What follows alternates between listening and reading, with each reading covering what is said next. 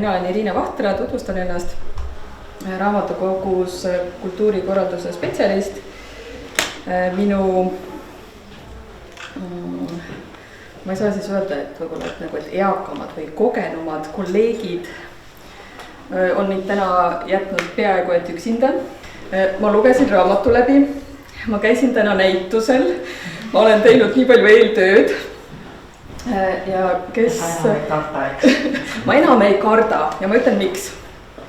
Kui ma lugesin raamatu sissejuhatuses, seal oli üks selline lause, et Margus peab suhtlema ka põlvkondade üleselt ja ka nooremate inimestega.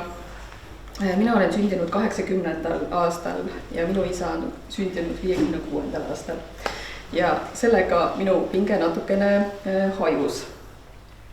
Ja siis, kui ma hakkasin ka seda raamatut lugema, seal tuli nii palju sellist mõtteainet. Ja mulle meeldisid need tekstid ja ma olen äärmiselt tänulik, et see raamat on ilmunud, sellepärast, et võib-olla Maalehest ma ei loeks neid, võib-olla ka teatri taskulehelt ma ei loeks. Aga niimoodi kogumikuna kokku panduna on see hästi kompaktne. Ma tahaksin öelda, et see raamat on äärmiselt ilus. Ma ei ütle seda tihti, aga meil käib raamatukogus väga palju raamatuid käest läbi. Teda on väga mõnus hoida, ta on tõsiselt ilus. Ja nagu siin Margus ka enne toonitas, et ka hästi toimetatud. Lisaks on ju nendele Kaido Ole piltidele on ta selline üks kena tervik. Ma ei toonud siia täna 5 vanemat raamatut, sest räägime ikkagi sellest kogumikust. Et siia on siis kogutud artiklid, esseed, järelehüüded aastast 2014 kuni 2024. On, isegi kui siin nagu lugeda neid mõtteid, ma ütleks, et ka siis oli juba maailm väga ärev.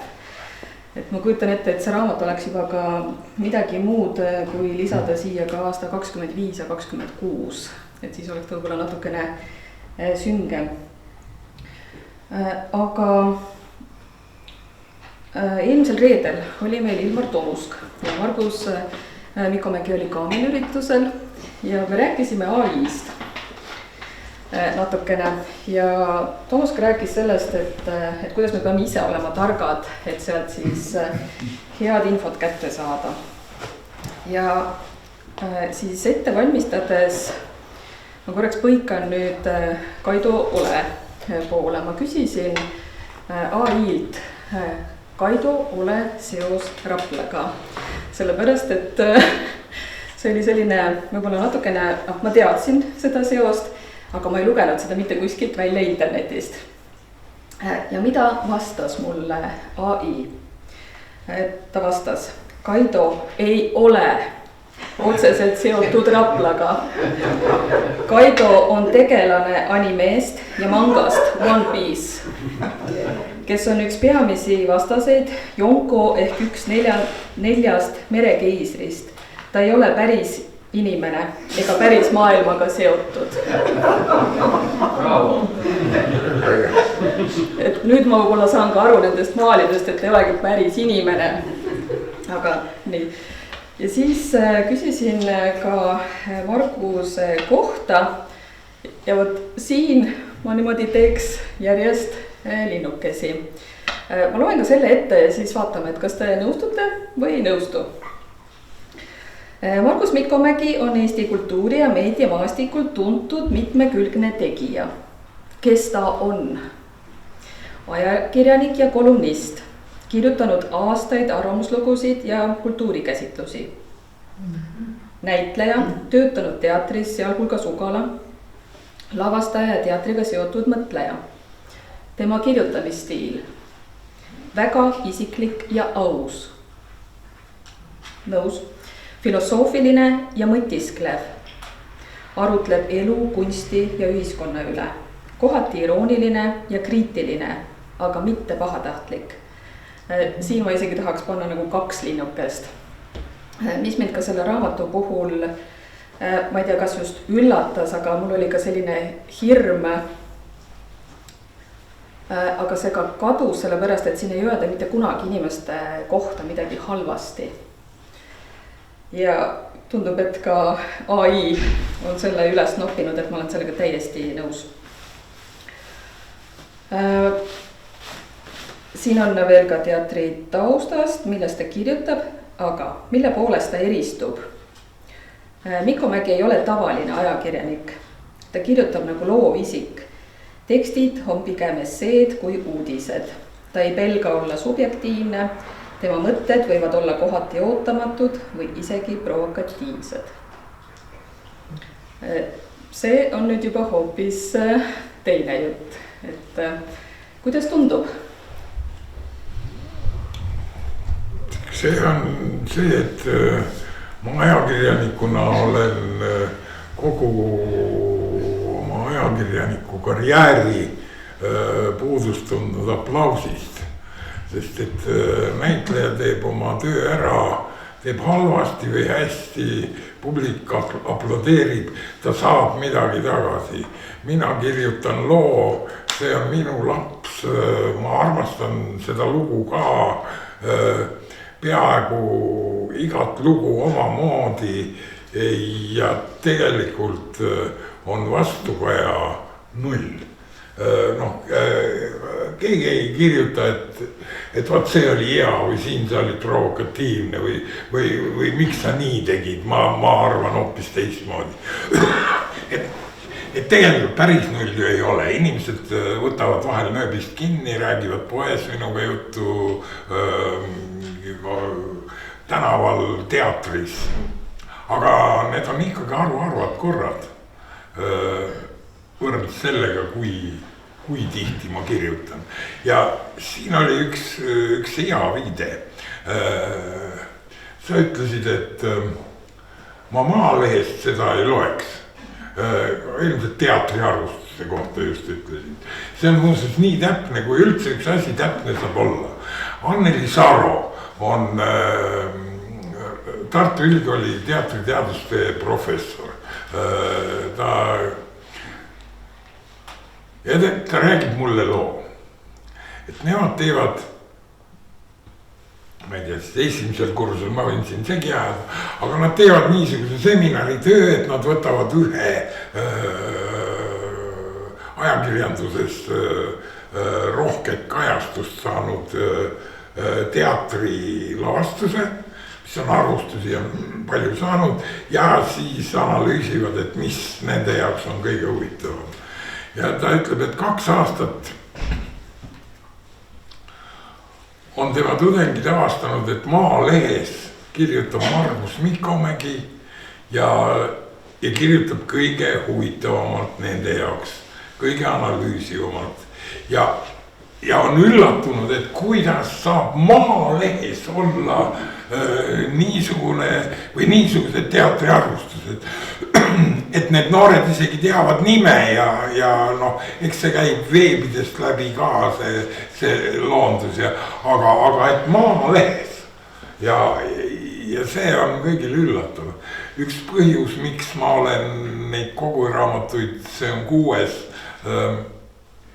nagu teinud, on ka see, et need lood ei kaoks ära. See on natukene edvistamine ja tahtmine, et sinust jääks mingi märk. Ma väga sellesse ei usu ja ega ma enam ei hooli ka, aga kui ma ütlen, et ma enam ei hooli, siis see tundub ka ju mage, et edvistab Mikkomägi, ta enam ei hooli. Ei usu ma nendesse märkide maha jätmisesse. Vaat siin istub Kaidoole. Temast jäävad maha märgid, maalid. Need ei kao mitte kuskile. Ja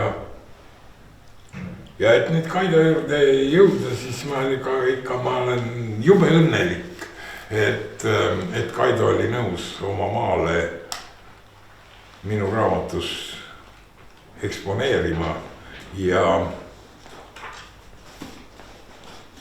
ma räägin enne veel ühe loo ja siis Kaido räägib, et ega ma kaua ei julgenud Kaidole öelda, et ma niisugust asja tahan ja ma mõtlesin, et me hakkame temaga läbi rääkima ja vaidlema ja põhjendama, et miks ja Kaido ütles mulle kohe jah ja siis ühesõnaga kõik laabus juba kihvtilt, aga sellel raamatul on ka kunstnik, kes siis selle kõik siin on vormistanud, šriftid, selle kirja suurus, millest me ka rääkisime, sest et lugeda peab ju ometi olema vanainimesel meeldiv, noored ei pidanud lugema ja siis tuleb vanainimese jaoks see šrift ka teha. Päris vanainimese jaoks ei teinud, väga maitsekalt tegi.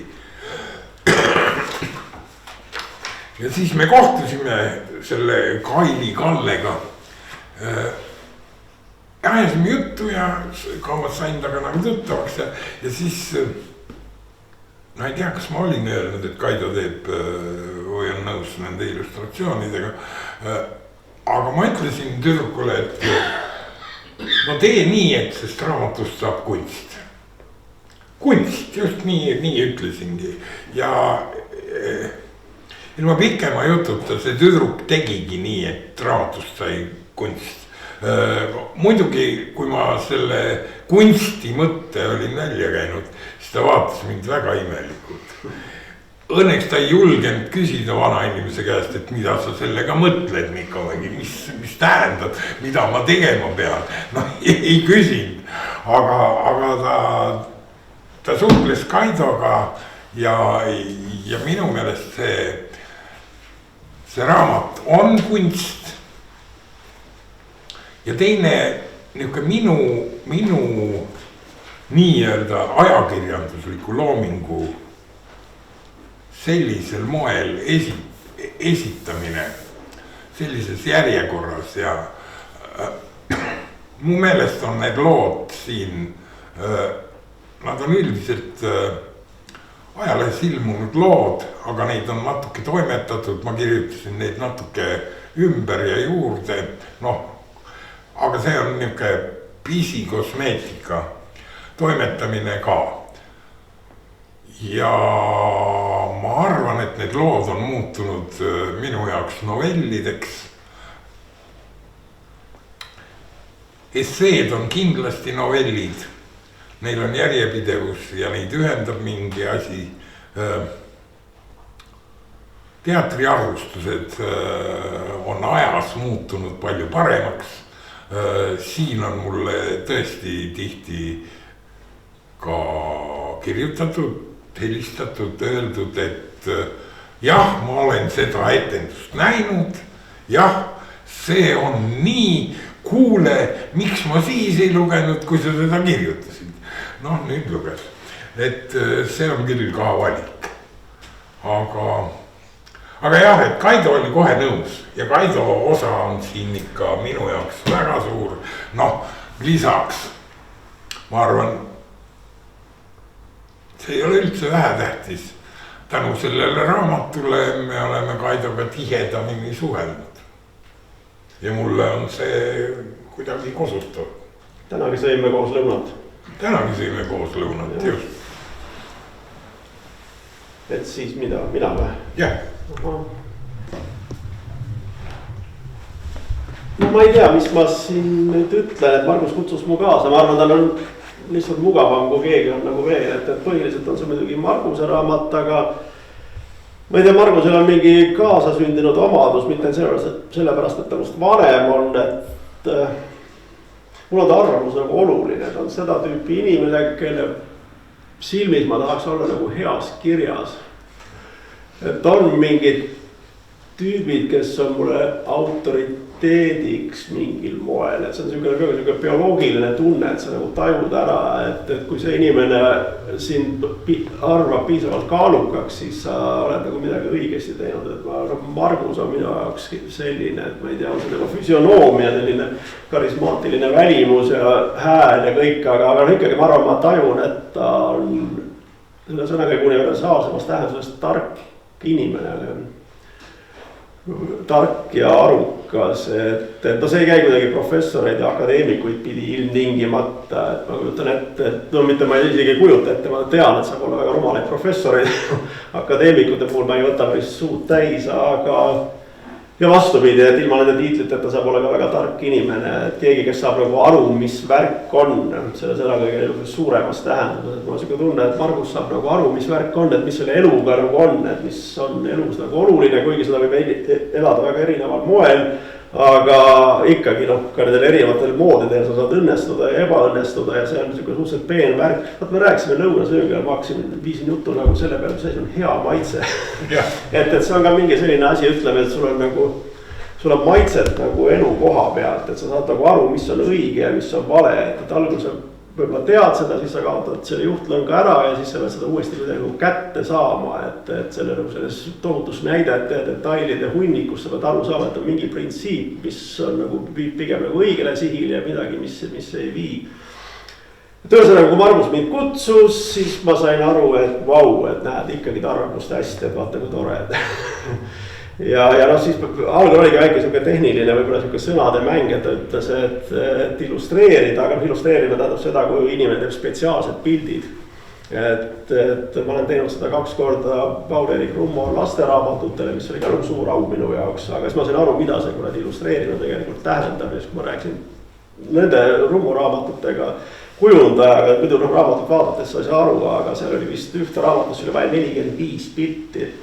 Et ma võin öelda, isegi suurimal näitusel tavaliselt ei ole 45 pilti väljas ja neid tehakse mitu aastat ikkagi, aga noh, pole vahet, iga pilt tahab saada ideed, sul peab olema 45 väga head ideed, et see on ikka metsik litakas, et siis ma sain aru, mis tähendab tegelikult raamatute illustreerimine ja illustraatorid ja kõik see, nii et siin ma ütlesin ka, et mitte ma ei viitsiks Marguse heaks tööd teha, aga ma ütlesin, et tead, kui ma hakkan sulle nüüd siin paari kuu jooksul tegema mingit 20 pilti, et siis see sisuline kaalukategooria ei ole võrdväärne su juttudega, et ma ei suuda teha nii täpselt elu mõtteid tabavaid töid järjest mitukümmend tükki, et võtame parem olemasolevatest, et kes sul see kujundaja on, et mul on väga hea veebilehekülg, et valigu, mis ta iganes tahab, kui ta nüüd välja valib, ma saadan korralikult trükifailid ja kõik, ja noh, pakkusin ise ka vist välja, et kui see ja see ja see ja vaat see on ju ka midagi sellist, nagu sa kirjutad ja noh, nii ta läkski, et noh, see ja sealt hulgast ta valiski ja siis jah, ma arvan, et minu maalid ja sinu tööd, kirjatööd olid siis enam-vähem ühesuguse süvenemisega tehtud, sest jah, et no Paul-Eerikul olidki lasteraamatut, seal saigi kuidagi nagu lõbusalt teha, mänguliselt kiiresti, oota mingi siuke kombinatsioon, selline asi, et singitükist teeme siilipoisi ja midagi selline pigem visuaalne leidlikkus, aga siin sinu nende kaalukate esseede juures ei saa minna lihtsalt visuaalse leidlikkuse teed, et seal peab olema ikka mingi usk, veendumus ja kõik see taga, nii et no see on, kui raamatus minu kogutud lood, siis Kaidol on kogutud maalid. Noh, samamoodi, millest valik on tehtud. See on üsna üks värk. Ja ma lugesin, Sirbis oli väga hea, Jaak Allik kirjutas pikalt laialt ja lõpuks kiitis mind ka, aga see, kuidas ta sind kirjeldas ja kõik, et see, ma kirjutan sinna 2 käega alla, et nii ta on. Et kõik, ma arvan, kõik ja noh, tänagi sinagi rääkisid siin need märksõnad, mis nagu läbi jooksevad ja AI, et kuidagi need ühed ja samad märksõnad jooksevad läbi, et noh, ma ei tea, lühidalt öeldes, et vana tark mees, et sa oled jah, et noh, nii ta ongi ja see, mis me lõunasöögil rääkisime. Tead, ega kerge ei ole olla vana tark mees, ära nüüd jah. Ega noor ja loll on ka keeruline olla. Noor ja loll on lihtsalt raske olla, vana ja loll on muidugi häbi olla, aga vana ja tark on üsna raske, et tegelikult ma elus mõtlen just selle peale, et mis asju vanadus teeb minuga, mis ma jätan tegemata. Sest kui ma oleks 10 või 15 aastat noorem, siis ma prõmmutaks uksi palju rohkem, ma läheks minema, ma saadaks mingid asjad pikalt, muidugi vanadus on päästnud mind kõike tegemast, mida vahel peaks ja tahetakse, aga ikkagi ma tahaks tihtipeale teha kannapöördeid. Aga nüüd enam ei jaksa, ei julge ja. Kuule, aga see asi ei olegi nii, et tegelikult, et sa tõesti füüsiliselt ei jaksa uksi prõmmutada, et sa prõmmutaksid küll, aga lihtsalt sa lihas ei tule järgi.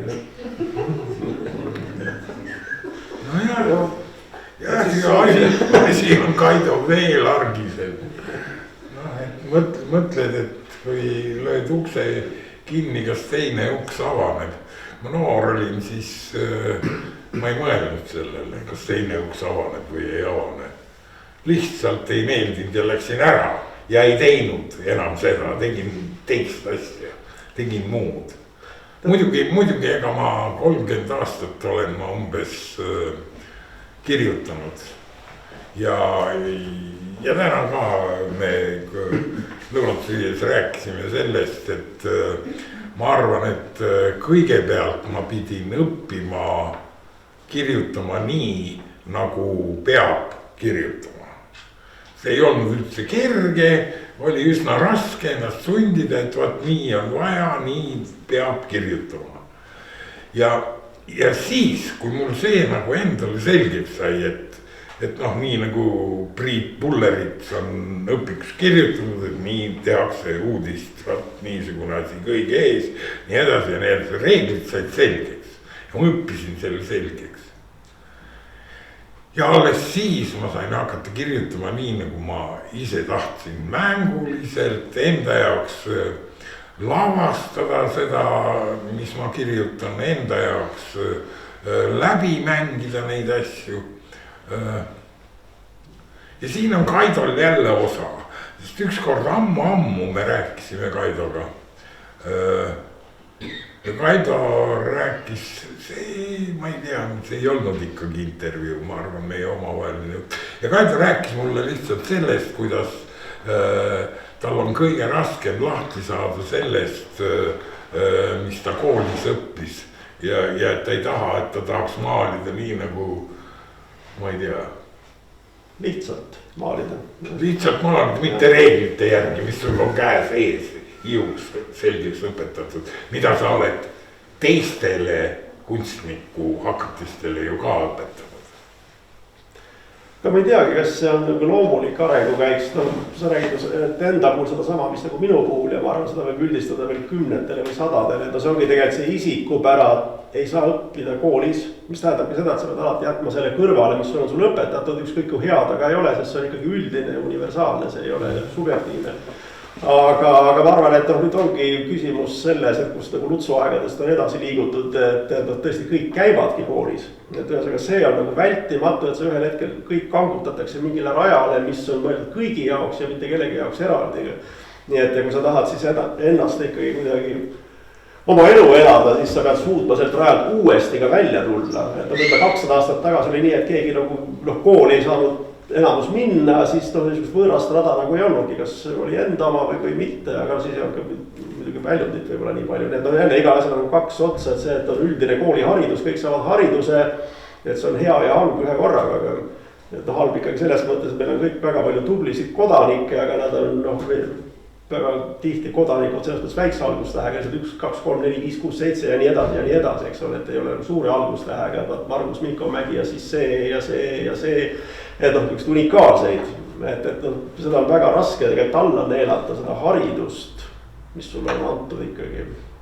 Ta on niivõrd suur, seal on nii palju reegleid, sa pead niivõrd palju reegleid kõrvale heitma, see, mida sa oled 12 pluss aasta jooksul õppinud, neid reegleid on nii palju, et teid kõik järjest kõrvale heita, see on väga ebavõrdne heitlus tegelikult. Et see on vaenlaseid või no ma ei tea, neid on nii palju lihtsalt, et sa võid ühe kõrvale heita, teise, kolmanda, neid on veel ja nad on kõik ju tõesti niivõrd autoriteetsed, niivõrd veenvad, kui palju teisi häid kirjanikke, ajakirjanikke, kui palju teisi häid kunstnikke. et kes kõik on teinud nii suurepäraselt ja siis sa pead kõik sõna otseses mõttes pikalt saatma tegelikult. tead, see on hästi tähtis jutt mu meelest, aga seda ma olen ka mõelnud, et no mis eriline, no neid, mõtle maailma ajakirjanike peale, kui palju neid on, kui palju häid ajakirjanikke on, kui palju häid lugusid täna sünnib. noh, et see, et ma olen neid raamatuid teinud, see on paras ülbus, noh. see käib alati asja juurde, et ülbus peab olema. see ongi see kodaniku tunne tegelikult, et sul peab olema ülbust öelda, et mina olen ka, kuhu te minuga jätate. ja siis kui esimene kord ei kuulda, siis pead seda teist korda veel ütlema, võib-olla isegi püsti tõusma ja lõugama nii kaua, kuni sulle mikrofon antakse. jaa, tead, tänapäeval on kõige parem vahend selleks, et sind märgatakse ikkagi televisioon ja täna õhtul on Opp ja Kaido räägib Opis. ma ei tea, millest ta räägib, lihtsalt ta on täna Opis. ja siis ta kirjutab mulle, et no näed, üle pika aja Opp märkas mind ja seostas seda Rapla näitusega. et oli see siis tõesti nii, et üle pika aja ja Rapla näitus oli see, mis tasus maja kullega panna. ma ei uurinudki nii täpselt jah, aga see vist on ka võib-olla see tänapäeva see, et otsitakse kuskilt väiksemaid asju, et kui sa teed suure, no sa pead tegema väga suure, siis on ka nagu okei, aga kui sa lähed kuhugi natukene kõrvale, mis ei ole ehk nii ootuspärane, et siis see. aga kust just oli see, et sa pead olema nagu see, mis sinu jutust algas, et sa pead olema ülbe, aga seal on ikkagi, seal peab olema siuke arukas ülbus, sest mul on tunne, et inimesed on kaks korda nagu ülbed, üks on see, kui sa oled nagu niivõrd noor ja loll. ja et sa lihtsalt see lollus annab sulle tohutu jõu, et sa arvad, et sul on kõik asjad juba selged ja tõused püsti ja hakkad rääkima, kõik mõtled, issand, mis asja ta suust välja ajab ja nii veendunult veel pealekauba. aga teine on see, kui sa hiljem ikkagi mõtled, võib-olla tõesti jah, et mingi koht päikese all ja see, et kui sa suudad, sa julged olla sa ise ja sa selle ise üles ka leiad, et siis sa võid rääkida küll, jah. ikka arvan, et vanaduses julgeb palju vähem olla sa ise kui nooremana. no ei muidugi jah, ega. alalhoidlikuks muutud, peadki asju ajama aeglaselt. ma olen üldiselt väga kärsitu loomuga, ma tahan, et kohe saaks, kohe oleks valmis, kohe kõik juhtuks.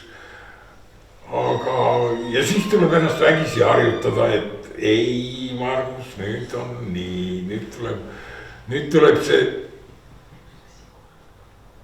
lehtede riisumine, et sa ei riisu kiiresti, see ei saa sul kohe 2 tunniga valmis. riisud kohe 1 kord ja teine kord ja 3. kord ja ei lähe vihaseks, et otsa ei saa. ei lähe vihaseks, sest 4. kord on lõpp ja siis, kui valmis saad, siis on väga-väga hea meel. kuule, aga no vaata, sa kirjutad teatriarvustusi muuhulgas ka, et ma mõtlen nagu enda peale tagasi, et ma arvan, see põhibaas, millelt seda nagu kirjutama hakatakse, on see, et sa vaatad, antud juhul, mis toimub laval, sul tekivad mingisugused mõtted ja siis nendest mõtetest lähtuvalt sa hakkad seda lugu nagu üles ehitama. ja ma arvan, et samamoodi mõtleb ka veel piisavalt noor laps. mul on näiteks lapsepõlvest üks mälestus, üks väga vähestest mälestustest, ma nägin midagi väga kummalist ja ma andsin sellest valjuväärselt teada. siis tuli välja, et ma näen sihukest asja, mida näevad teised ka, aga sellest oli viisakas rääkida. ja vanemad inimesed ignoreerisid, nad tegid näo, et nad ei saa mu küsimusest aru, ma küsisin 3 korda, nad kogu aeg ignoreerisid, andsid hoopis teistsuguseid vastuseid ja see mul tükk aega nagu mällu, et mis sa aru ei saanud, et miks nad nüüd. ja ma ei saanud aru ja hiljem ma sain aru, et see on viisakus ja on mingid asjad, millest ei räägita, näed küll, on huvitav küll, aga vaat see ei ole nüüd see asi jälle mingi, et mis asi on see asi ja mis asi ei ole see asi. ja vaata, kui sa siis vahepeal saad, õpid kõik need asjad ära, et millest sobib rääkida, millest mitte, siis sa õpid ära, ma ei tea, teatriteooria, kunstiteooria, eks ole, millest on mõistlik rääkida, millest on arukas rääkida, mis võib-olla on küll lubatud, aga rumal mõte, mis on lubatud, aga tark mõte ja kui sa lõpuks siukse metsa oled selle ümber kasvatanud, et endale siis on tegelikult väga raske vaadata näiteks lavale ja siis noh, lihtsalt näha midagi ja sellest kirjutada, sul kohe jookseb läbi pea kõik see, eks ole, kas see on see arukas, see ei ole arukas või mis. Aga ma kuidagi imetlen seda väikest poissi, kes tegi mingit siukest imelikku asja, andis sellest valjuhäälselt teada, kusjuures ma olin hästi arg, ega ma üldiselt väga nagu ei rääkinud, aga see oli tõesti nii kummaline minu jaoks, et ma tegin nagu kõva peenikest häält ja küsisin, mis asi see on. et sellest ma olen tundnud nagu puudust natuke selline, ilma filtriteta täiesti, ma kujutan ette, et kui sa oled nagu vanem inimene ja ma eeldan ikkagi idealistlikult, et vanem inimene on ka arukam inimene ja kui sa siis saaksid nagu filtrid ära võtta, et mida sa siis äkki vana aruka inimesele äkki näed ja kohe küsid või kirjutad. See oleks lahe, aga ei kurat, sa kohe jookseb peast veel. Teatri, seda on minu käest üldiselt küsitud, et kuidas ma vaatan teatrit ja üldiselt ma katsun minna ja ma teen selleks kõik, ma valmistan ennast ette teatri minekuks, ma ei lähe niimoodi, et hingeldan ja olen parasjagu hoopis midagi muud teinud. Ja siis hüppan teatrisse sisse ja nüüd pean kohe aru saama. Et ma valmistan ennast ette, ma tahan lavastust, mida ma näen võtta vastu emotsionaalselt. See on küllalt raske, sellepärast kohe näed, et näed, siin on produtsent pappi kokku hoidnud. Siin ta ei ole seda näitlejat kasutanud, on pannud ühe näitleja 3 rolli. Siin ei ole niisugust valgust tehtud ja siis tuleb järsku näitleja lavale ja jube hea näitleja. Ja sa järsku vaatad ja näed, mis nägu ta on, mis silmad tal on, kuidas tal mingi kummaline seist on juurde tulnud. Ja unustad selle kõik ära, et produktsioon on odav. Ta mängib selle odavuse üle ja ongi korras ja ma saan emotsionaalse laengu. Muidugi on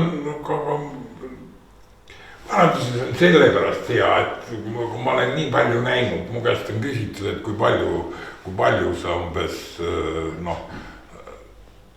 oled mitut etendust elus sa oled näinud ja ei oska vastata. Jaak Jõervidiga rääkisime sellest. Jaak Jõervid ütles, et tema käest küsitakse mitu raamatut ta elus on läbi lugenud, et kas sa tead, ta ütles, ta ei tea. Ja mis küsis mu käest, et mitu etendust, et ei tea.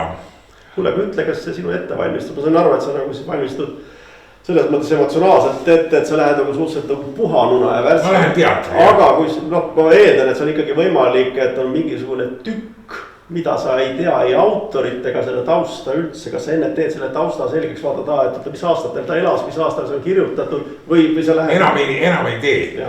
Oli siin, need on eri perioodid vaatamises ja kirjutamises ka, et oli periood, kus ma lugesin näidendi läbi enne ja nüüd ma aeg-ajalt ei taha pärast ka lugeda, sellepärast et see kuidagi see minu emotsioon on mulle tähtsam kui see, kuidas autor on kirjutanud. Sest et see, kuidas autor on kirjutanud, ei pruugi kokku langeda sellega, kuidas lavastaja on selle lavastanud. No lavastaja teeb oma. Aga kelle jaoks see arvustus, et kuidas ise kujutad ette, sest ma praegu siit kuulates jäin mõtlema, et sa oled ju tegelikult keegi, kes on teatri ja vaataja vahel. Aga see ei tarvitse nii olla, sa võid olla ka teatri ja teiste näitlejate vahel. Kas sa kirjutad eriala inimeste jaoks või sa kirjutad mitte eriala inimeste jaoks, et seal on väga vahe. Ma ikka kirjutan Maalehes mitte eriala inimeste jaoks siis. Ei. Vaata, kunagi ammu, see on ikka 5-6 aastat tagasi, kirjutas mulle Lea Tormis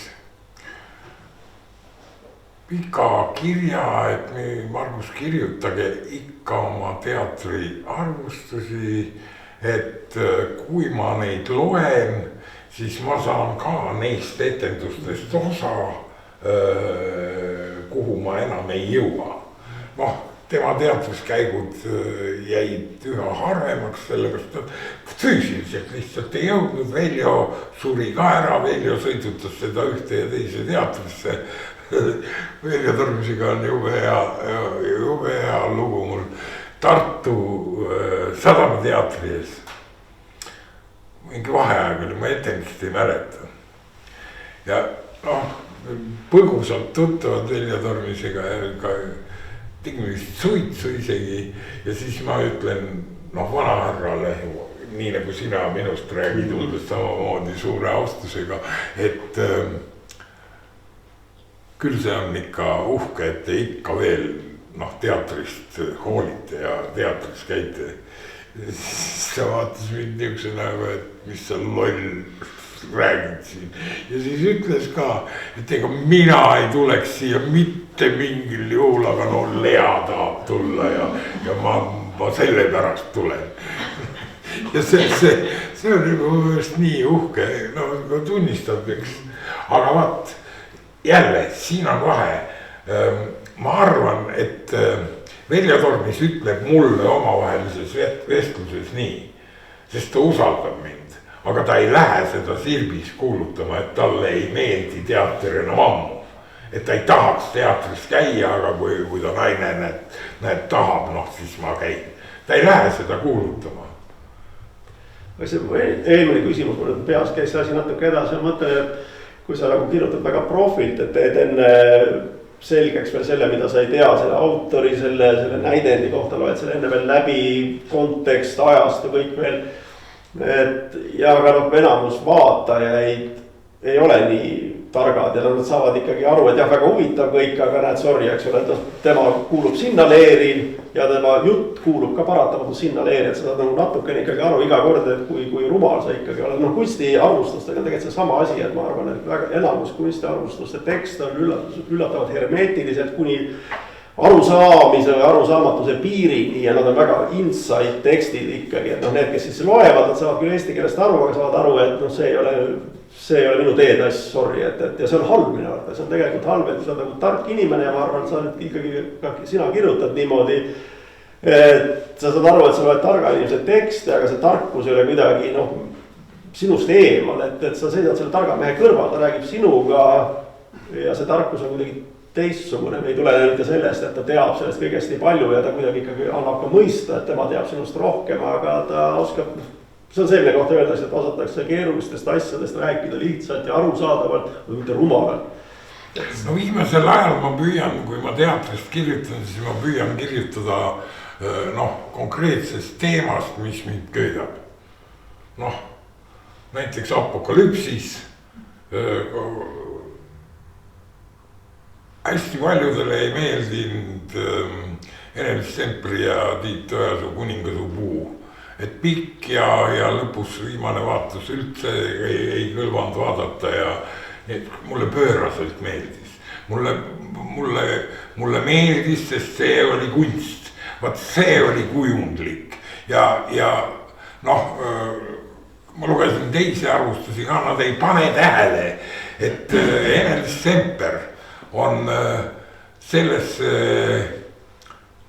tegelikult üle 100 aasta vanasse näitemängu sisse kirjutanud monoloogid ja teinud kunstilise kujundi kui draamateatri ja eriti äge on see, et see kõik toimub draamateatris.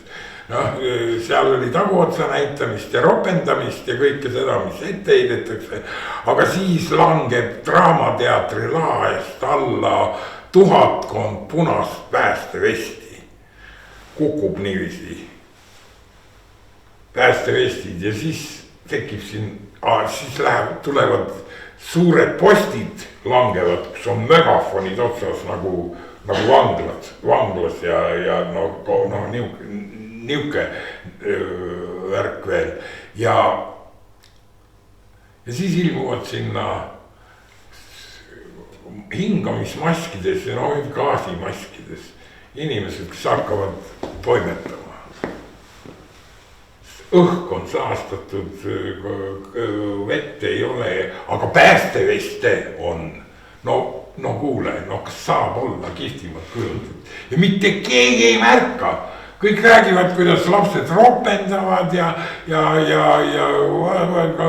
no mingisugused täiesti ebaolulisi asju. Seal Ene-Liis Semper ja miks ma rõhutan neid Ene-Liis, sest et see on kunstniku töö ja ma küsisin Ene-Liisi käest ja ta ütles, et Tiit tegi seda, aga mina tegin vaat niisuguseid asju, et neil oli töö nagu jagatud. Sellepärast ma tean kindlalt, et niisugused asjad on Ene-Liisi teha. Ja seda ei ole võimalik ratsionaalselt vastu võtta. Seda, et nüüd ma mõtlen välja, et see on see. Kuningas Püü on lugu idioodist, kes saab võimule ja hakkab inimesi tapma.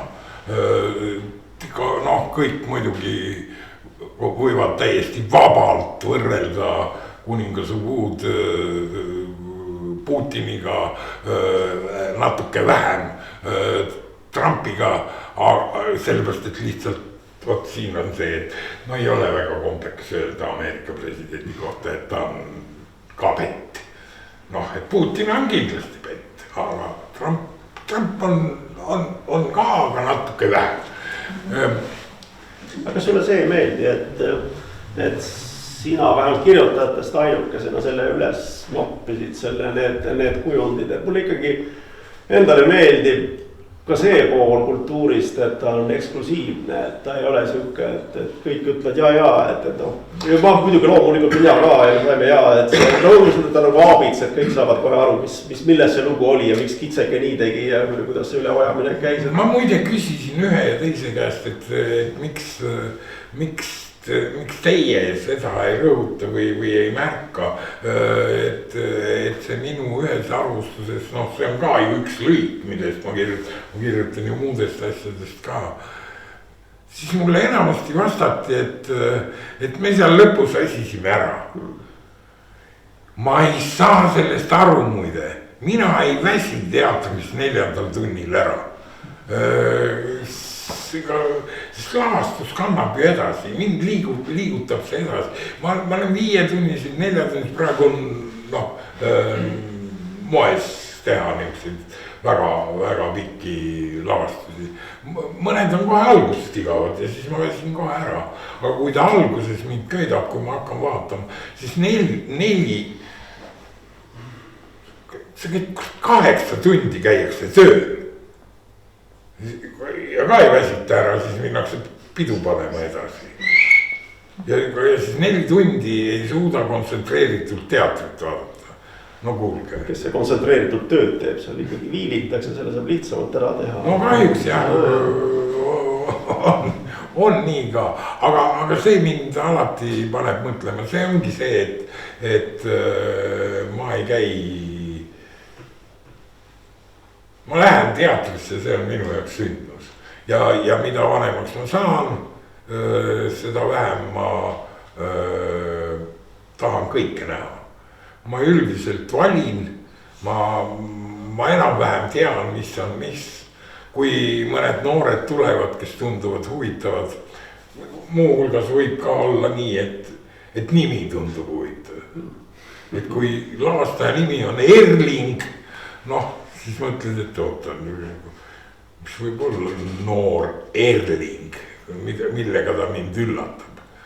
Käisin just viimati Draamateatris vaatamas ja seda nimegi öelda, aga kirjutasin küll sellest, Hiljem Murel mängib seal peaosa. Jah, ja see oli ka huvitav, see oli vaesustav, sellest ma ei viitsi praegu rääkida. See üllatas mind, sest ma ei armasta vaadata seriaale näiteks või mingisugust filme, kus kõik on vaene. Ma siis lähen ära, aga kui on niuke 21. sajandi niuke 21. sajandi kuld ja kard ja liftid, uhked autod ja see mulle meeldib vaadata, olgu nii loll kui tahes. See on niuke hea meelelaudus. Vaat kui huvitav, teater on natuke nagu loeng, eriti ütleme siuke nõukogudeaegne loeng, kus on niuke koht, kus selle info said äkki professori käest või ise küll üles kirjutada, aga mingid raamatud selle kohta sellisel moel ei olnud. Ühesõnaga ta on nagu lineaarne ja sa pead kogu aeg nagu sadulas püsima algusest lõpuni, et vaata kunsti saab vaadata ka vales järjekorras. Isegi kui sul on püüdlikult kureeritud näitusega, sina lähed, ma ei tea, vales järjekorras, seisad valede kohtade peal, vaatad mingit asja kauem, teist asja vähem, mingi saali jätad üldse vahele, torpeteerid täielikult seda kontsepti. Aga teatris oli võimalik, et see antakse järjest sulle ette, sa võid küll midagi vaadata väsinuna ja mitte tähelepanelikult, aga nad tulevad õiges järjekorras ja algus on ikkagi alguses ja lõpp on lõpus. Lavastatakse nii, et see aetakse kõik täiesti. Ei no jaa, siis on see lavastaja idee. Ja kui on aetud täiesti segi, ikka juhtub niiviisi, et vaatad etendus, lähed mõttega kaasa ja siis järsku mõte katkeb. Ja siis mõtled, no mis see siis nüüd on ja vaatad ja siis ühel hetkel hakkad selge venib sirgu ja hakkad huviga jälle vaatama. Mõte tuleb tagasi ja vaatad edasi. Ja veel on, no miks ma tema Majesteet teatrit armastan, et ja just nimelt tänu sellele, et ma pean sellest aeg-ajalt kirjutama, mul ei ole ka kohustust. Ma tõesti ei kuulu žüriidesse, keegi ei maksa mulle selle eest, et ma pean kindlasti kirjutama. Ma võin kirjutada ja ma tahan. Küll žüriidesse, olime alles Jõgeval ühes žüriis. No see on hoopis teistmoodi, see ei ole teatrižürii.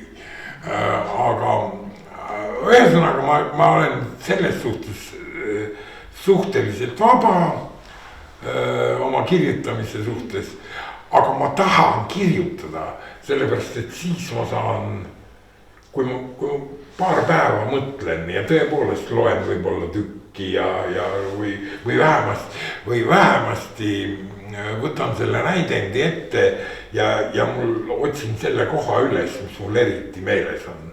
See on nagu spikker, loed seda teksti ja tuleb hästi meelde, detail, kujund, kõik see. Ühesõnaga ma teen selle nähtud lavastusega tööd ja siis jääb minusse miski alles. Et just nimelt tema Majesteet teater on mind kasvatanud küllalt palju selles elus. No jah, mis ongi nii lihtne, nagu sa ütled, et tuleb teha seda, mis sulle meeldib, et sulle teater meeldib. Ja siis tulevad ka sõnad, pilk näeb seda, mitte mida, mis on vaja näha, vaid seda, mis on sulle oluline ja nii ongi jah. See ongi ülim professionaalsus, et sa lähtud armastusest, sa armastad teatrit ja siis ei saa midagi väga mitu. Vahel väga ei armasta, aga lähed ja vaatad ja ikka armastad. No see on siuke yin-yang, et ma ka armastan kunsti ja samas vihkan seda nii, et aga mul teistmoodi ei ole võimalik. See nii on. Muidu sa lähed liiga kuidagi imalaks ja kriitika vabaks. Kuule, see, kas sul nii ei ole, mul on endaga ka nii, et ma armastan ise ennast, aga vahel ei salli üldse. Ja. Nii on see jah.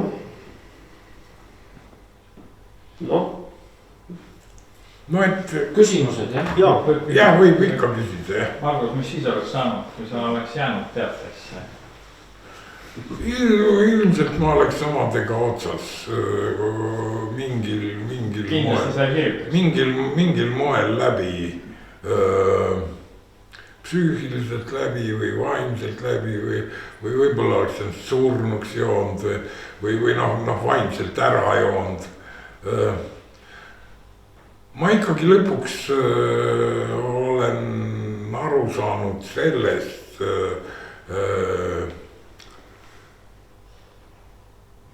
siin ma enne puudutasin seda sõna, et kärsitu, et minus ei ole seda, et ma võiksin mängida 50 korda järjest ühte ja sedasama tükki, ühtesid ja samu sõnu ühe ja samasuguse skeemi järgi ja ikka tunda sellest rõõmu. see on näitlejanne. Suured näitlejad seda suudavad, võib-olla muudavad midagi natukene, aga sisuliselt on nad võimelised kordama.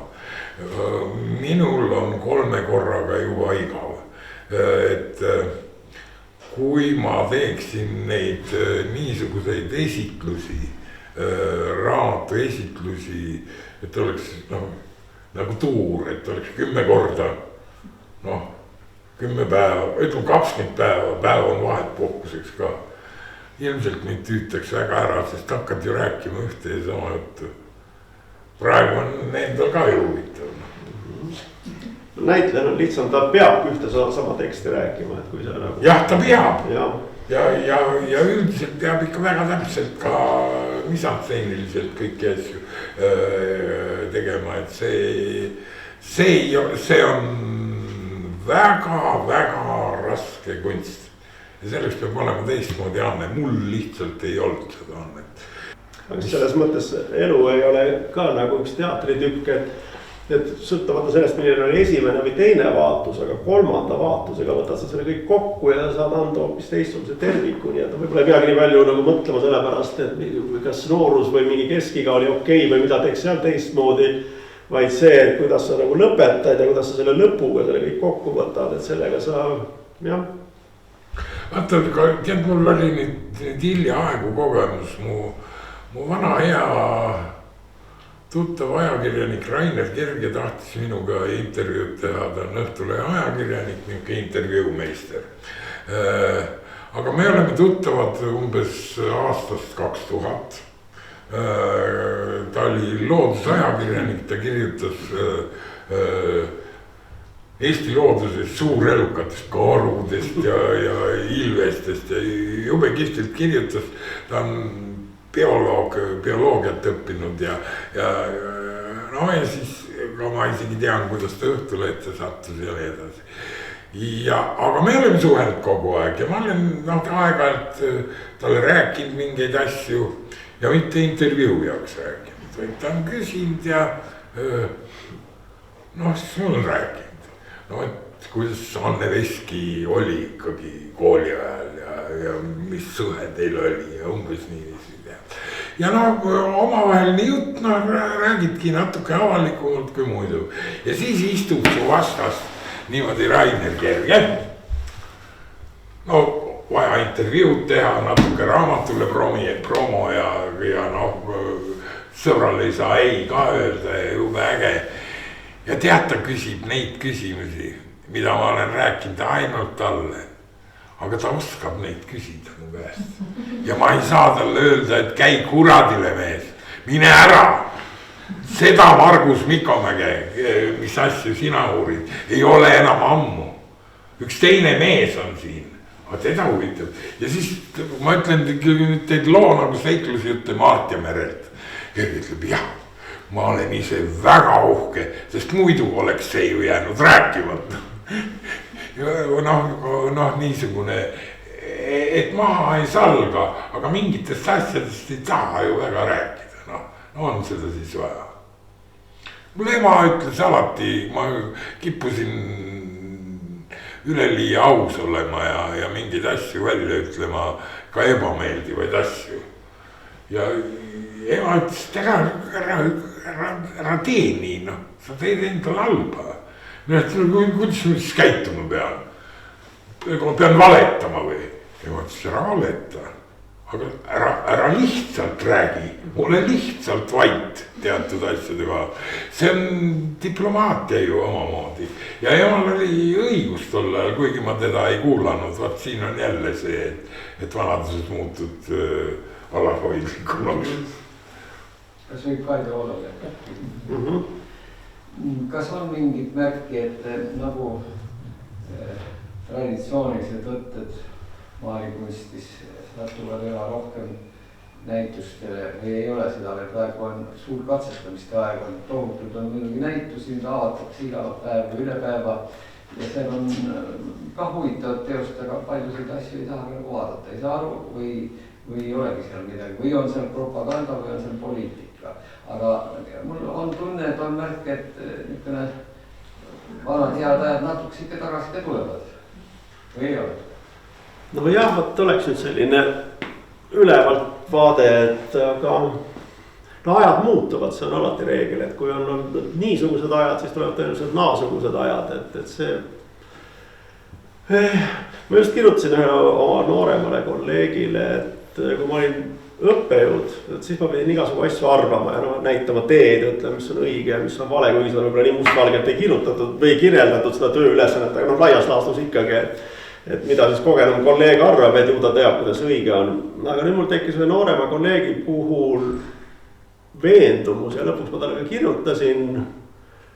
Kirjutades saab rohkem sõnu sättida niimoodi kuidagi vaadata, et see on nii hell teema, kui sa hakkad kellelegi ütlema, et äkki ta ei tee kõige paremal võimalikul moel. Aga ma ütlesin talle lihtsalt, et mul on selline tunne, et sa ei kasuta oma ilmseid oskusi, kõik teadmisoskused tal on just need, millele te ka viitate. Et tal on need nagu olemas ja mul hakkas ka tunduma, et ta kuidagi nagu häbeneb neid kasutada mingil moel, kas või alateadlikult tundub ka, et võib-olla see on kuidagi selline väiklane nokitsemine või siukene, et tuleb teha kuidagi niimoodi kerge distantsiga, et mitte nüüd hakata jumala pärast näitama, et ma oskan joonistada, ma oskan seda ja teist, et see on nagu labane.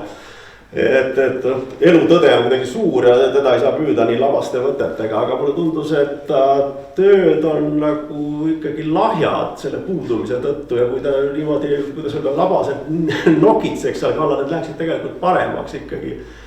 Ja selle taga mu enda nagu arusaamine, et ma arvan, et inimene on niikuinii suhteliselt nagu naiivne olend, et tal ei maksa nagu võtta mingit sellist distantsi ja üleolekut, et ta nüüd kuidagi siukse laiema pintsliga saab rohkem tõele pihta, niikuinii ta ei saa sellele väga pihta, et olgu täpselt selline lihtsameelne, naiivne ja rääkigu kõik nii hästi, kui ta suudab need asjad ära ja ta võib olla isegi natuke lihtsameelne, aga läbi selle lihtsameelsuse tuleb see inimlikkus rohkem välja, mingid jumalikkust seal niikuinii ei tule, sest inimene on inimene, jumal on jumal, aga tee oma võimete piires, aga kui sa saad mingil hetkel juba piisavalt palju profiks, siis tundub, et sa pead kuidagi, et jah, et sa nagu kerkid kõige selle kohale ja siis sa pead kuidagi nagu kuidagi teistmoodi saad siis nagu asjale pihta, et ma ei tea, kas ta nüüd järgib mu soovitusi või mitte, aga see oli üks kord, kui ma nagu täiesti veendunud, et kui ma teise inimese puhul nägin, et ma näen kõrvalt paremini, kuidas tuleks paremini välja, mitte ainult minu jaoks, sinu jaoks ja kõigi jaoks, et sa ju oskad, tee seda, mida sa oskad. Et sa olid kogu aeg olnud üli andekas, kasuta seda kuramuse annet lõppude lõpuks, et ära nüüd, et see on sulle antud sellepärast, et seda kasutaksid, ära hakka nüüd seda kritiseerima ja seda millekski pidama, mis on nagu võib-olla, ma ei tea, algajale okei, aga profile juba mitte nii väga, et jah, et paljud teevad kuidagi võib-olla mitte nii hästi sellepärast, et nad lihtsalt loobuvad mingitest oma trumpidest, aga sellepärast, et neil lihtsalt veel ei olegi trumpi, aga siis kui keegi, kellel on need trumpid, siis ta paneb ennast umbes samale nivoole lihtsalt sellepärast, et ta neid ei kasuta, siis tundub küll, et kuule, et inimene on niigi nõrk, kasuta kõike, mis sul on, vajuta kõik pedaalid põhja, et ära nüüd muretsege. Aga jah, inimesed on erinevad, ma ise üritan ka, ma ei tea, teha nii hästi, kui suudad, et see on niikuinii selline naljakas. Teater on naljakas, ega see maalikunst on niisugune naljakas asi, et kõik need oskused ja asjad, et kunagi taheti, koolis räägitakse oskustest kuidagi siukses nagu ülevas vormis, et viidates suurtele meistritele, aga ma kuidagi proovin teha nii hästi kui võimalik lihtsalt sellepärast, et ma ei arva, et see on mingi imeasi, aga ma nagu, see on tore, kui naeruväärsed need võtted tegelikult on, et kõik see alates, ma ei tea, Michelangelost ja kõigist sellest, need nipid on enam-vähem ühesugused ikkagi. Kuidas tekitada neid teatud muljeid ja nad on tegelikult väga läbipaistvad, aga selleks on väga mingid teatud hingeseisundid, et neid kuidagi ikkagi tegelikult mingit distantsi pealt kasutada, et sa saad aru, et need on lihtsalt trikid ja see kuidagi võtab mingi krambi maha ja siis nad on kuidagi nii toredad, nad tõesti kuidagi töötavad, et teed midagi, keegi ütleb, oi näe, vaata muna on pildi, nagu päris, kuidas sa oskad seda teha. kuule, see on lihtne tegelikult, et ega ta ju ei ole muna ära, et seda sellepärast muretsed sa ja nii edasi, et oskad hobust joonistada ja oskad midagi, et no sellel on mingid võtted, et kuidas paned mingid asjad õigesse kohta, vaatad, näed, ongi kuule.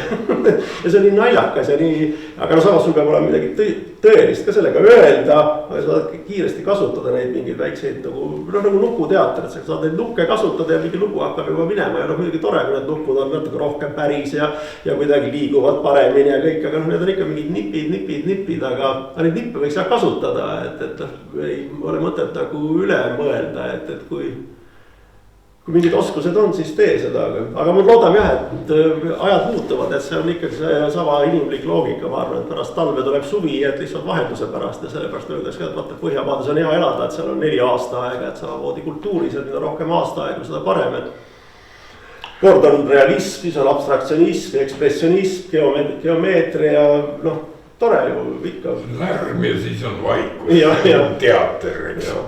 Et mõtlesin su juttu kuulates, et Liisin tuletas meelde, et žüriis, jah, olen käinud ju ikka harrastusteatrite žüriis olen käinud ja Jõgeval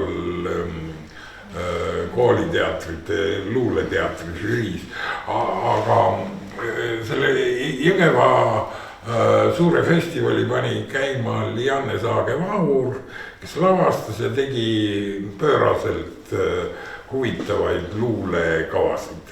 Ta suri ootamatult ära ja tema õpilane Sten võttis Lianne Saage elutöö tegelikult üle. Noor poiss, mingi 26 võib-olla, võttis juhendada Liblika püüdja kooliteatri.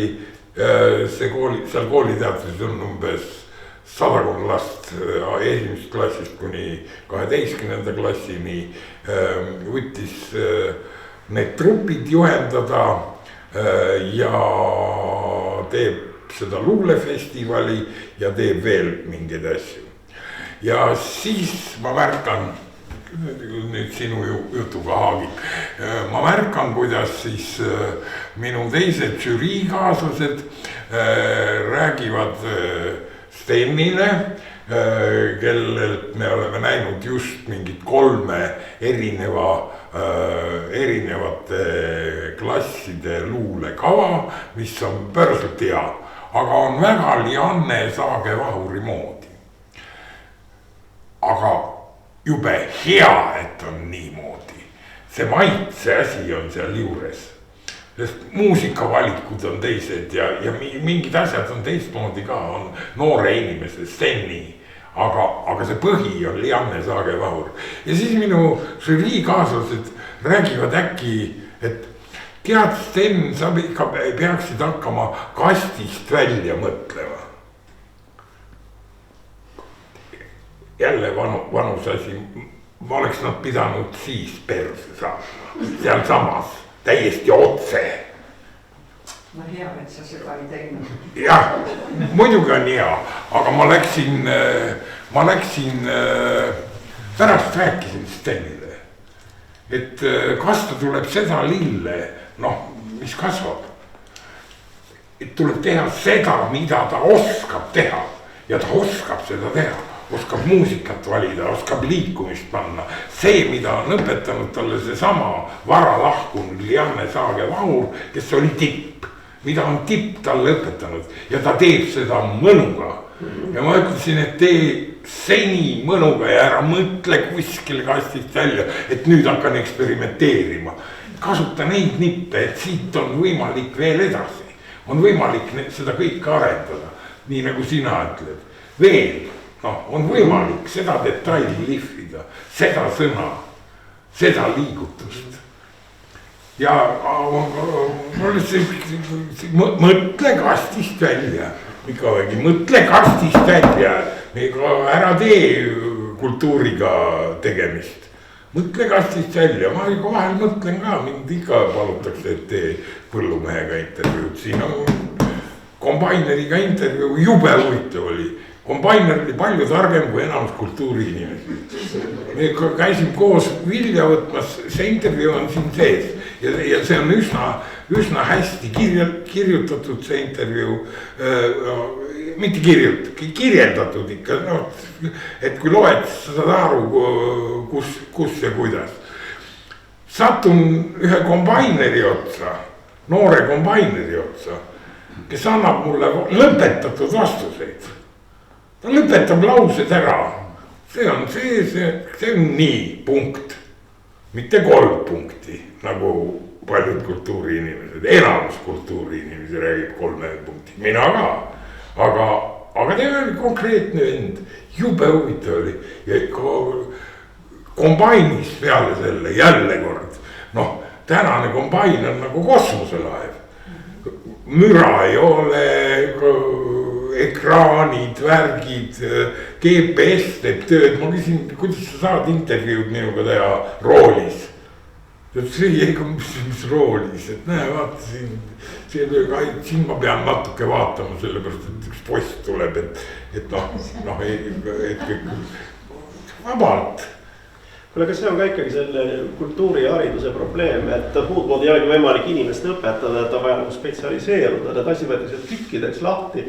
Aga siis ta nagu tükkideks jääbki, et sa ütled ka, et vaata, siin on kultuuriinimesed, seal on kombainer, seal on keegi sees, tuleb välja opla, et äkki nagu üks ja sama inimene tegelikult, aga siis mõtled, kuidas on võimalik, et kombainer ja ma ei tea, helilooja, et mis neid seob. See seobki, et on inimene, nad on elu üle mõelnud, jõudnud mingite järeldustele, üks näpib viiulit, teine kombainer, mis on vaheti väga, et kui sa nagu mõtled selle juures, siis ei ole.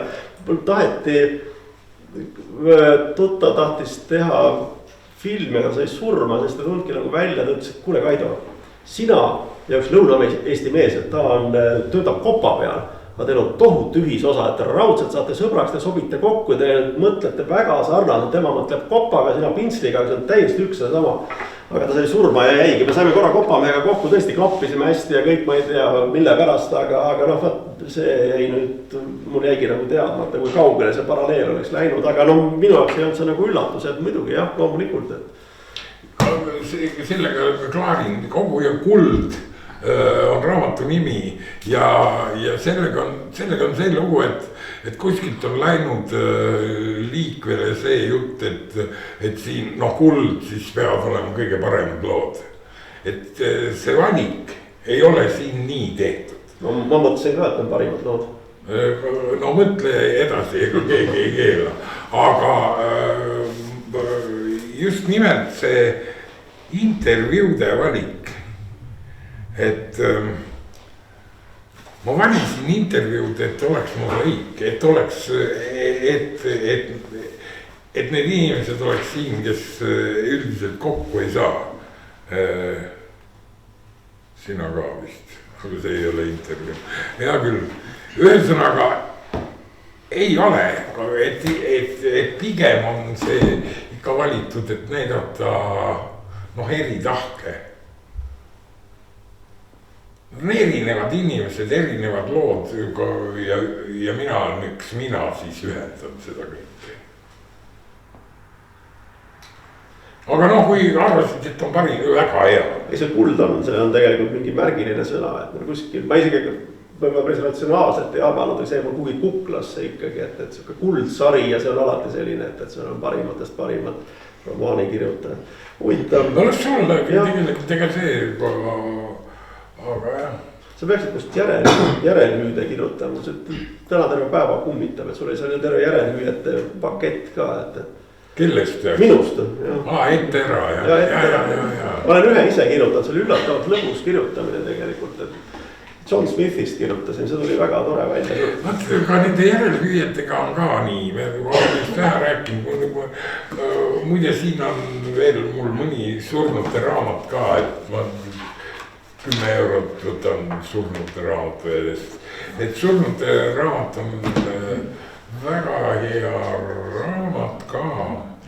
See on nüüd järelhüüjatest koosnev, aga minu käest on küsitud, et kuidas ma neid järelhüüdeid kirjutan.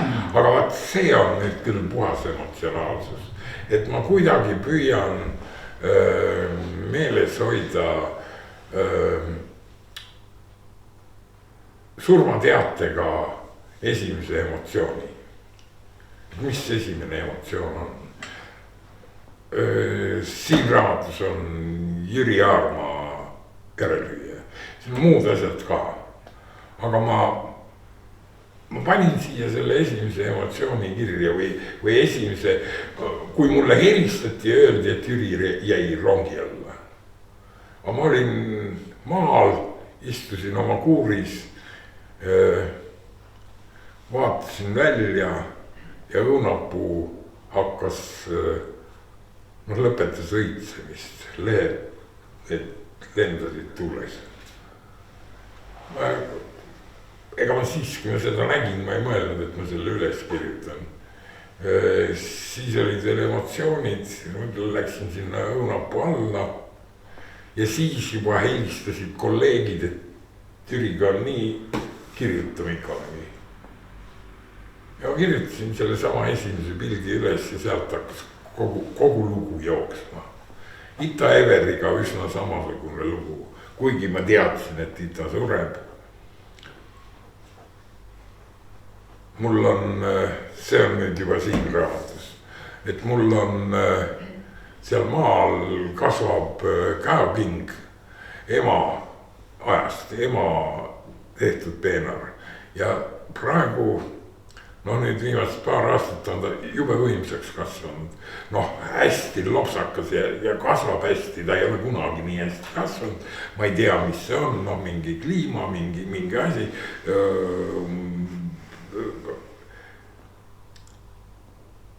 Ja siis kui Ita suri, siis oli see käoking kõige ilusamas konditsioon, kõige ilusam aeg, kõige ilusamini õistes. Kõige lopsakam, kõige vägevam, milline värv ja ka värvide vaheldus ja kõik see.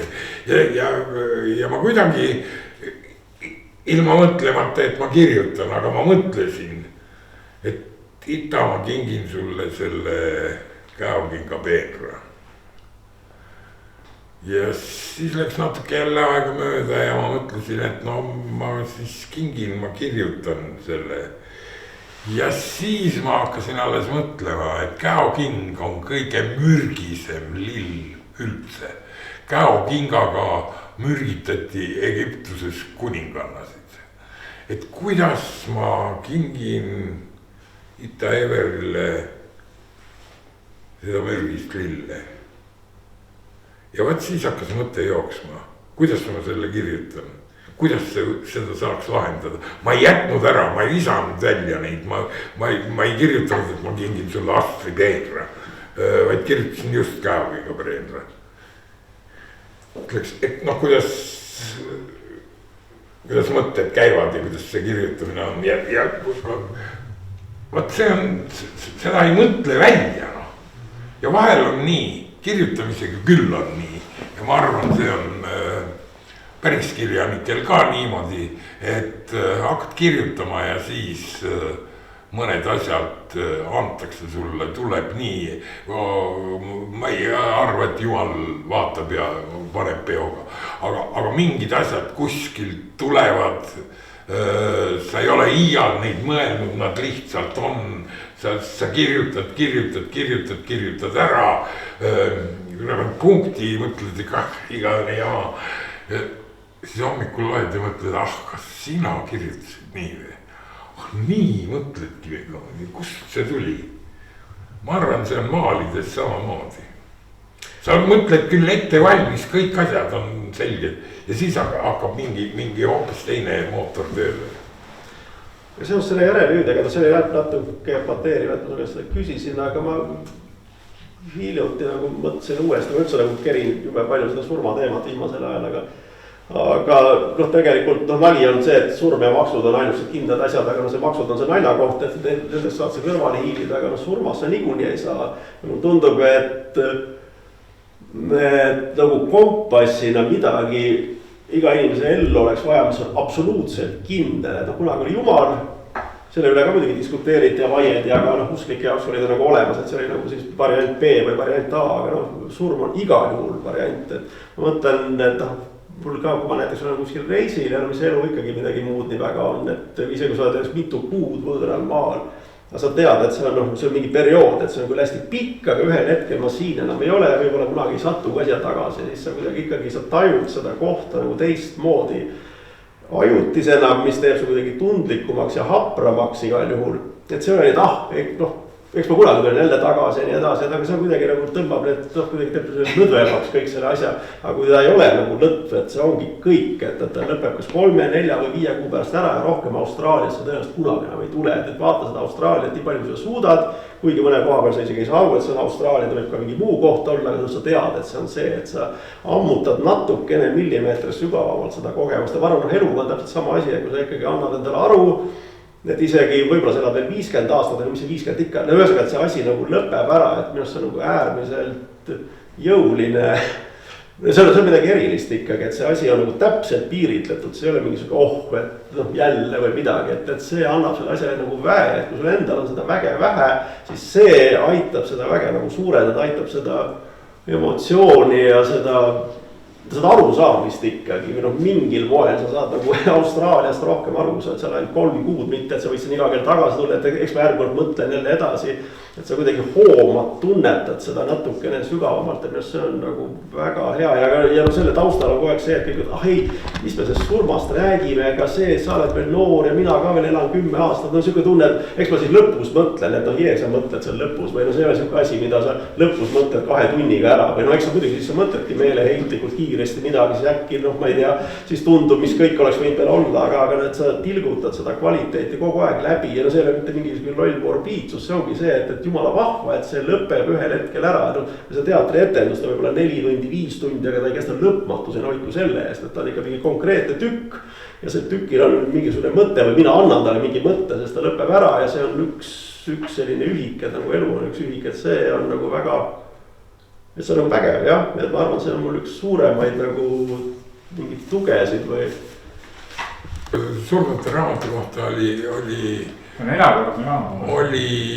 mul oli natukene hirm selle raamatu, kui ta ilmus, et siis olid veel paljud elus need, kes neid inimesi, kellest mina kirjutan, tundsid paremini kui mina. Ja siis ühel päeval helistab mulle Viive Ernesaks. Ja Viive Erelhüüja on nüüd selles raamatus. Aga helistab Viive Ernesaks ja ütleb, Mika Ögi, sa oled ikka meheks saanud, tead, tule mulle külla. Ma olen kõikide nende inimestega, kellest sa kirjutad, töötanud koos. Tead, mul on sulle nii palju rääkida, tule külla, jube hea, tule külla. Noh, kuulge, mu mure kadus, kus seda ja teist, et ju ma siis ei teinud midagi valesti, kui Viive helistas ja niisuguseid vanu helistajaid oli rohkem, just nimelt vanema põlvkonna, selle põlvkonna inimesi, kelle ees mina natukene aukartusest hoidsin eemale, me ütlesime küll tere, aga väga viisakad ei. Aime Unt näiteks kunstnikuna, teatrikunstnik ta oli, siis kui mina hakkasin teatrisse, siis ta oli Draamateatri peakunstnik, tead. Milline kaunitar esiteks ja kuidas just Kaido siin räägib maitsest, kuidas ta riides käis ja see kõik oli jube tähtis, ma julgesin ainult kõrvalt niimoodi kiiluda ühe silmaga, missugune naine. Ja nüüd helistab pärast seda Surnute raamatut, et tead, tütar mulle kinkis ja nii vägev aitäh sulle, et sa nii oled teinud ja see. Ja need on nüüd see on nüüd see minu aplaus, millega ma alustasin ja nüüd vist on aeg, kui on veel küsimusi, aga nüüd vist on see aeg. Minul on Kaidule küll üks küsimus veel, et AI ütleb, et sa ei ole Raprast üldse pärit, aga me teame kõik vastupidist, et mida sa võtsid siit kaasa oma noorusajast või õpingute ajast või oma klassist, kellega sa koos olid, võib-olla räägid natuke, kes sinu klassi õed, vennad olid? Oi, see on nii mahukas küsimus. Hästi lühidalt kui teha. oma klassist näiteks, et tavaliselt inimene ju kasvab oma klassikaaslastega üles just keskkooli osas ja. Peab natuke vingerdan sellest vastusest kõrvale, aga hiljuti mõtlesin selle peale, et võib-olla seoses selle opiga, et ma arvasin, et seal tuleb Raplast juttu ja tuligi, et see on nagu nii ja naa, vaata, kui sa oled laps ja kui see esimene koht, kus sa elad ja kuhu sa sünnid, et see ongi ainuke koht su jaoks, sul ei ole mitte mingit võrdlusmomente, et see ei ole nii, et kas ma nüüd eelistan seda, eelistamiseks sa pead saama teada, et kas on mingi teisi variante, sinu jaoks ei ole variante, et elasin Raplas 20 aastat, lõpus mul muidugi oli mingeid variante, aga alguses see oli üks ja ainuke, need inimesed, see koht, see maja on kodu, mingit teist kodu pole kunagi olnudki.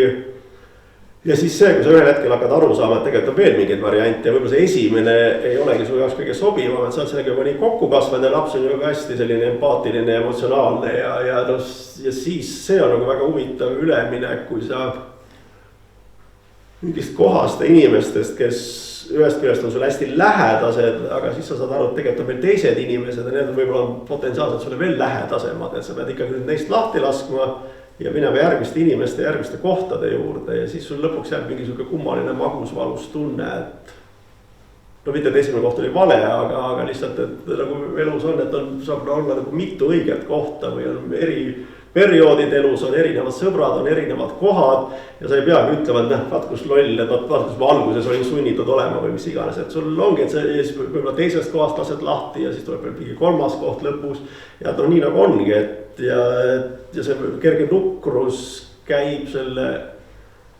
juurde, et see on ka hea tegelikult.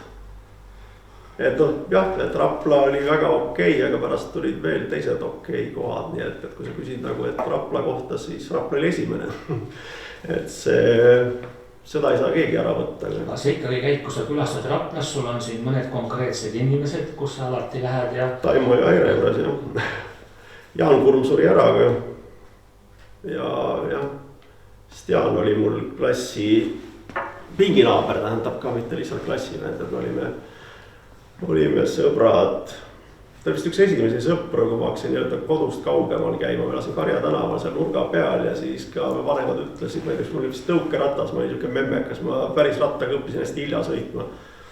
Ja siis, kui kaugele tohib sõita, ma ütlesin, kas nii kaugele kui vaba jooksuga ja siis ma jäin selle uudse O sisse, siis ma jõudsin Jõe tänavale välja, aga Kurme all elas muidugi Jõe tänava suhteliselt kiriku poole otsas, et sinna pidin ikka mingi eraldi klausliga minema, kuskil seal me saime nagu kokku, et see on ka selline veider asi, nagu tavaliselt hiljem on mingi esimene armastus või niimoodi, kuidas ma ei tea, tüdruk või poiss, kuidas nad nagu siis, noh, mis siis on, et vaadatakse kuidagi, aga noh, sõprusega on samamoodi, vaatad mingi teine poiss on umbes minu vanune, vaatab ka kuidagi, noh, ma ei tea, väga riidu vist ei kisu, see on algul nagu umbes nagu metslooma, et siuke, et kas ta nagu, ma ei tea, äkki ta tahab kakelda äkki või siuke, et mis seis on nagu ma kujutan ette, kaks neandertaalast kohtuvad, sõber või vaenlane. Mis värk on, et ka mingi teine poiss tundub huvi, tal on mingi ratas, läheks ajaks juttu, mis ratas tal on.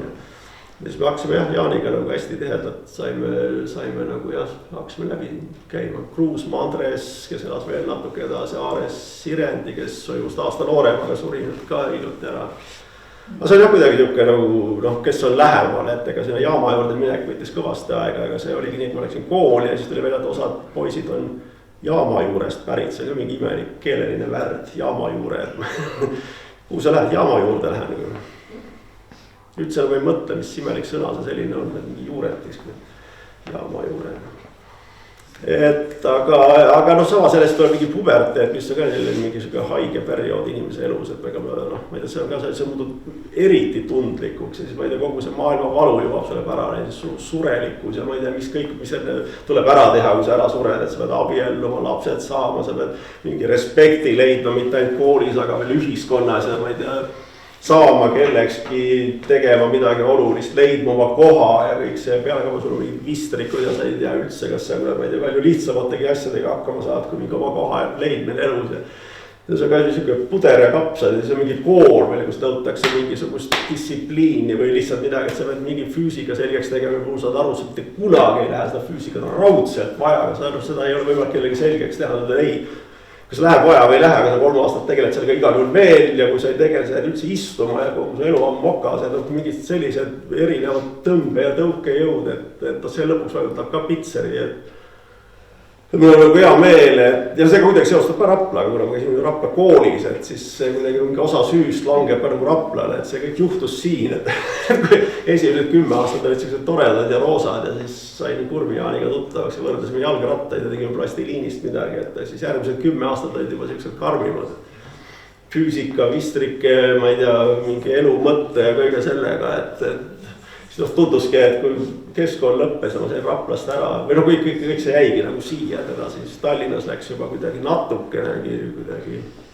Fookus läks nagu natukene kokku, et füüsikat ei pidanud seal õppima ja matemaatikat, seal sai kunsti õppida ja kuigi seal hakkas ka jälle seda pudru otsast peale jälle, mida nagu peab tegema ja mis kunsti juures on kindlasti täiesti vältimatu ja kui sa seda ei tee, siis sa siit Erkist lendad kohe jälle ja et on siuke kummaline jah, ja siis pluss see, kui sa oled nagu noor ja sul ei ole enesekindlust, siis no mina ikkagi uskusin väga palju täiskasvanud, eriti kui neil oli epiteetõpetaja, professor, rektor, et noh, ma ei läinud nagu neile vastu haukama, aga samas ja ma ei saanudki aru, et kas see bioloogiline protestivaim oli sellest, oli nagu päris põhjustel või lihtsalt tõesti bioloogiline, et mingil hetkel sa pead nagu tahad nagu vanemaid inimesi pikalt saata või nad tõesti, need, mida nad pakuvad, ei ole sinu jaoks päris õige, nii et ja siis ta oligi, et ma oli viisakus ja protest olid kuidagi 50-50 mul kogu aeg.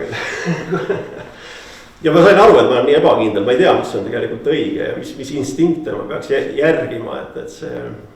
Tead, ma olen tegelikult õnnelik, et ma olen vana ja jah, et need kõige hullemad asjad on ikkagi selja taha jäänud. Aga jah, võt see on see, et kui mingid asjad juhtuvad kuskil, siis see koht ise on ka nagu need asjad põhjustaja või seostub kuidagi sellega, et tulen Raplasse, vaatan seda kooli ja siis tuleb kõik see koolivärk tuleb nagu meelde, et mis ei ole täiesti 100% tore, aga kelles ikka nii väga tore on. Või need, kellel võib-olla tore on, siis pärast tuleb välja, kes kuldmedali saavad, siis tuleb äkki välja, et vale oli, et nii väga püüdsid, et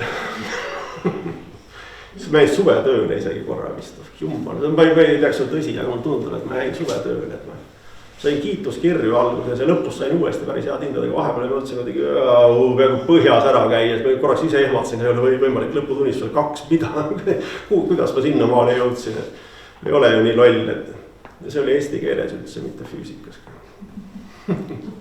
Eesti keele grammatikaga, siiamaani on tegelikult kergelt problemaatiline. Aga see on jälle see sama asi, et siis noh, kas sa, et need olid nagu paaris, et sa ei saa oma mõtteid nagu väljendada, kui sa teed seda grammatiliselt ebakorrektselt, et noh, koolis olid nagu koos. Aga noh, hiljem saad aru, et no tegelikult nad ei käi koos ilmtingemata, üks on nagu stiili küsimus ja no lõpuks me teame kuulsaid kirjanikke, kes ei kasuta ühtegi kirjavahemärki ega mitte midagi, mul mingit küsimust lihtsalt, kas sul on midagi öelda või ei ole ja kas ütled seda huvitavalt. Aga koolis olid nad koos ja siis ta kuidagi käis niimoodi, et ja ütle, kui sa oled noor, sa nagu ei, no see, ma ei söanda nagu arvata, et pistke sinna kohtama grammatika, et ma sain aru, et no, viga minus ikkagi. Et see, mis nagu noorena mind jälitas, et viga on minus, et see kogu aeg kummitas, et äkki ma olen loll, äkki ma olen imelik, no see on kogu aeg noore, et äkki ma olen imelik, no teised on normaalsed, aga ma olen kuidagi selline, kui vaatad peeglisse, teist sihukest küll ei ole, et mingi lollakas vaatab vastu. Ja siis teised asjad, mida sa nagu hästi ei oska ja noh, näed, sa vaata müüke nüüd küsisid Rapla kohta ja tuli, eks ole, näed, inimesed on siiamaani kompleksid, pained, mingisugused foobiad. Selles mõttes, et Margusel oli sünnipäev, niisugune nulliga lõppev, mida me ilusasti tähistasime, aga tema meie majja ei tulnud. Ja ma arvan, et sulle sobib selline lill. Ja tead miks me ei arvame? Sa ise, selle peale me ei osanud veel arvata, sest sa ise oled lihtsalt. Sunu polegi vaja. Et tule jälle meie majja, too meile hästi toredaid külalisi koos sinuga, sest et sa paned meid alati mõtlema. Nii sina kui sinu külalised. Ega neid nii palju ei ole. Aga tead sa, neid on päris palju olnud, kes on sinuga koos meie majas käinud. Sulle sünnipäeva lille. Ju elus. Oota, kui millal? Sulle Kaido ma annan kommi, et mingilgi moel see Rapla kooli aeg oleks see suhkrutükk, mis teeb pitra keha makus. mõtlesin, et sa oled nagu see Toots, kes ütles sulle kiir ja siis võtad viimase. selle, kes õpib ülikoolis.